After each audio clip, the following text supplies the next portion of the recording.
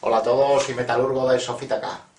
Hoy os presentamos con 7 kilos de peso y 3.500 bolas de capacidad en el cargador, la M60 modelo Vietnam. Aquí está, con asa abatible, fabricada en metal y plástico, de la marca AIK. Como podéis ver, es una ametralladora de apoyo bastante grande.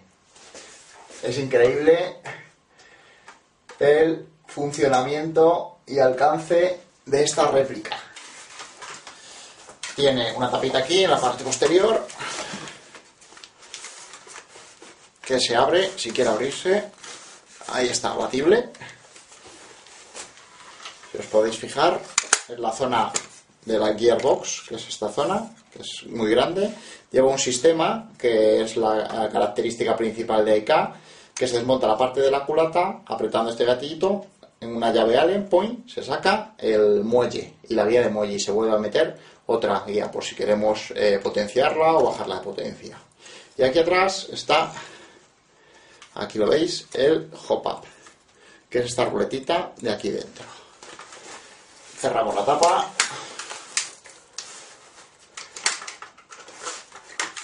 Ahí está. Lleva la tapa trasera para apoyarnos. El seguro, ahí está el gatillo. Lleva aquí un segurito que evita que disparemos accidentalmente. Los puntos de mira, que lo podéis comprobar. Podéis fijar aquí tanto el punto de mira trasero, que es regulable, con el delantero. Impresionante ametralladora. Voy a apoyar por aquí. Viene con las patitas del bípode, que son metálicas y regulables. Pueden extender y recoger. ¿Vale? Son muy fáciles de usar, simplemente hay que tirar hacia abajo y engancharlas. Más cositas. Un cañón increíblemente largo, por lo cual nos va a dar bastante precisión y menos dispersión. Aquí el tambor viene a este lado, es un poco incómodo hasta que te acostumbras. 3.500 bolas de capacidad, lleva un sistema de enganche y luego lleva aquí dentro que podemos colocar la batería, de una batería incluida de 9,6.